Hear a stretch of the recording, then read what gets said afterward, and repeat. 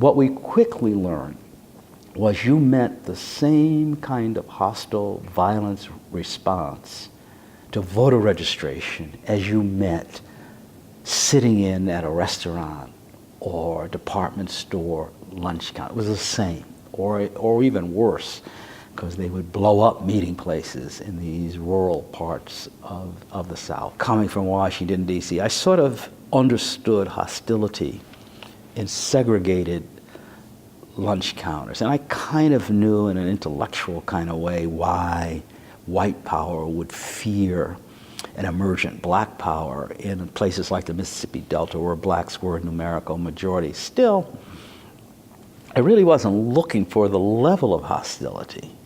So that one day, I think I'd been in Ruleville, Mississippi, maybe 2 days. And myself and 2 other workers, Charles McLaurin, who was kind of the project leader, and Landy McNair, another student, and I were walking down a dirt road and a car pulls in front of us, and out jumps this white guy. He's got a pistol, and he's pointing it at us, and he says, he really shouts, he says, "I know y'all ain't from here. You're here to cause trouble, and I'm here to tell you to get out of town." It's like a cowboy movie, right? So, and he orders us into this car with the pistol, which we do. We get in, it's afternoon, and he turns out to be the mayor. I should say, he was not just the mayor, he was the justice of the peace.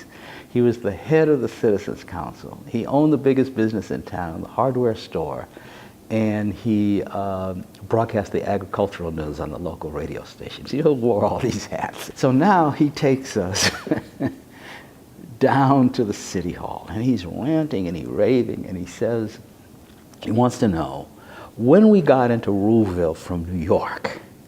We say, New York? And he accuses us of being New York City communists.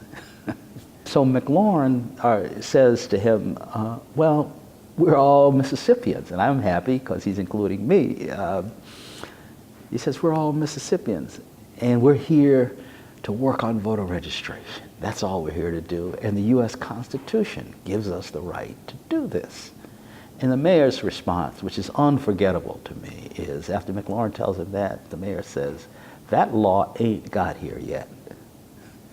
And that was the attitude, and that's a fairly mild response to what we're trying to do from you know, in this case, the highest authority in political authority in this little bitty Mississippi town. Later on, there would be a lot of violence in the same town, for which the mayor arrested me, saying I had done all these shootings because our efforts were failing and I needed some publicity.